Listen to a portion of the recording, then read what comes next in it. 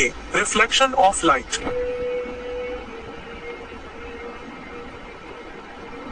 जैसा कि हम जानते हैं कि जब भी किसी लाइट सोर्स से लाइट एमिट होती है तो वो लाइट स्ट्रेट रे की फॉर्म में ट्रेवल करती है। ये लाइट रे जब किसी ऑब्जेक्ट पे फॉल करती है तब वो ऑब्जेक्ट हमें विजिबल होने लगता है। ऐसा इसलिए होता है क्योंकि वो ऑब्जेक्ट लाइट को एब्जॉर्ब करता है, लेकिन सभी ऑब्जेक्ट्स लाइट को एब्जॉर्ब नहीं करते। लाइट एब्जॉर्ब होगा या नहीं ये ऑब्जेक्ट की प्रॉपर्टी पे डिपेंड करता है।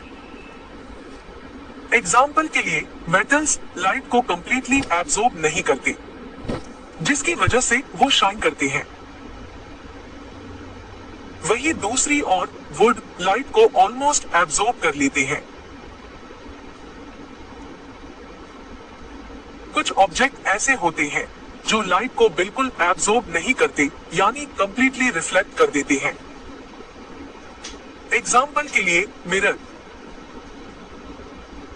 जिस ऑब्जेक्ट के सरफेस से लाइट रिफ्लेक्ट होती है, ऐसे ऑब्जेक्ट के सरफेस को हम रिफ्लेक्टिंग सरफेस कहते हैं।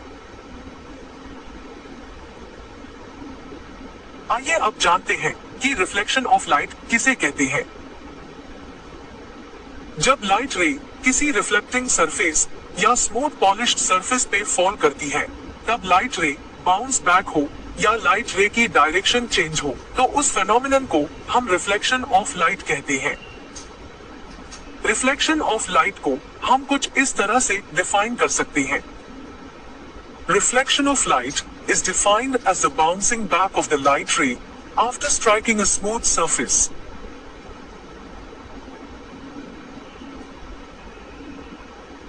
अब मान लीजिए कि रिफ्लेक्टिंग सरफेस पे एक परपेंडिकुलर लाइन OM है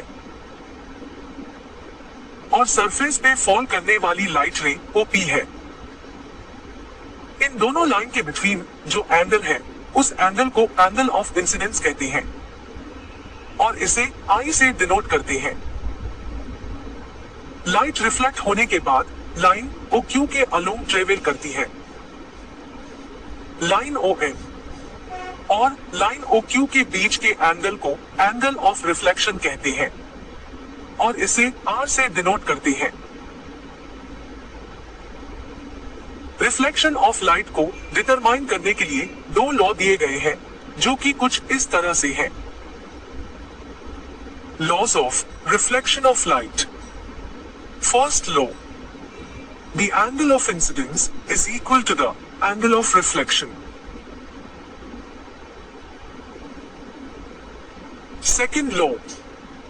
The incident ray, the normal to the mirror at the point of incidence, and the reflected ray all must lie in the same plane.